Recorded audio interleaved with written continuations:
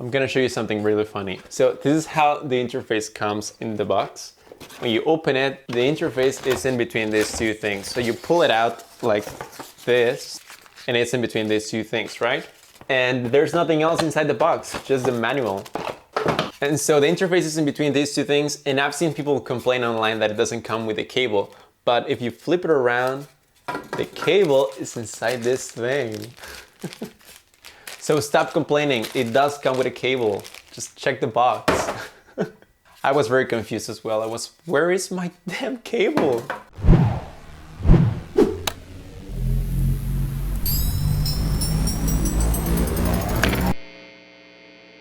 The Behringer UMC22 is a 2-channel USB audio interface. Input number 1 is an XLR connection with a MIDI preamp and 48 volts phantom power. This means that you can use condenser microphones that require 48 volts. It has individual gain controls and a single knob that controls the volume for the headphones output on the front and the speaker outputs on the back. The whole thing is made out of metal and it feels very solid, especially for the price. This thing goes for only $68, and as far as build quality goes, it feels very well made. Now I'm using a Shure SM57 to record my voice without a pop filter, so I'm sorry for all of that. But it's going into the input number 1 of the interface, and the gain is at like 4 or 5 o'clock.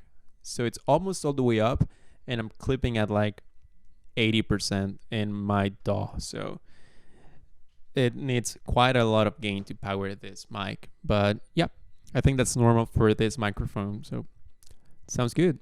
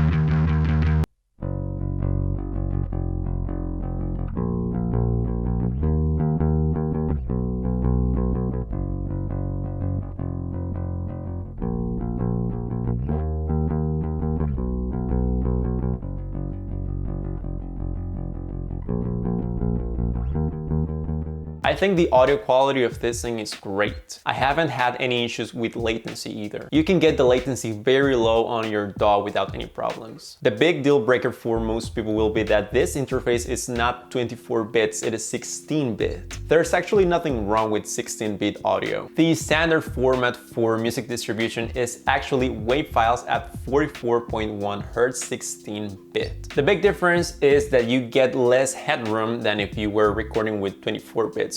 So you do need to be a little bit more careful with your gain staging when you are recording at 16-bit. But honestly, after exporting your master file and especially your MP3s, I don't think you'll notice a difference. There's people who simply choose to record at 16-bit to save storage space. 24 bits is better, but 16 bits is definitely usable. The drivers are Technically, this thing doesn't even have a driver, so it is not plug and play. When you first plug it in, your computer will have no idea what to do with it. If you go to the Behringer website, they have a link for the SEO4O website, which is a universal SEO driver for interfaces. It is kind of a pain in the ass to set up, but once it's done, it works great. You can find a Behringer driver for this thing somewhere online. It's not in the Behringer website for some reason, but that one will work as well. I think it's important to at least mention the customer support experience. Behringer is owned by Music Tribe, and their website for customer support is not great. I used to have a Behringer UMC404 that I broke, and using their website to ask for help was a bit of a hassle. However, they did respond in just a few days, and they did provide helpful information. They were very nice to me, and their following responses were very quick. So good for you, Music Tribe. So is this the best audio interface for the money? For the money, yes. Absolutely. This is for sure the best low budget audio interface you can get right now. The sound quality is great, the build quality is remarkable, and you do have 48 volts phantom power, which means that you can pretty much use any microphone you want. And the recording latency is awesome. If you have the money to get a Focusrite Scarlett Solo, which is over $100 right now, and you're wondering if you can get this instead and save some money, I would say get the Scarlett. I have used Focusrite interfaces in the past. I have no affiliation with them whatsoever, but they are really nice. So if you have the money, just get one of those instead. However, if you are on a tight budget and you're wondering how cheap you can go and still get a good interface, for less than $70, you can't beat this thing. I think this is the best deal you'll get. If you guys want to check this thing out, there's an Amazon affiliate link in the description of this video. And that's it for today. Thank you very much for watching. If you have any questions, you can leave them down in the comments. And that's it. I'll see you next week.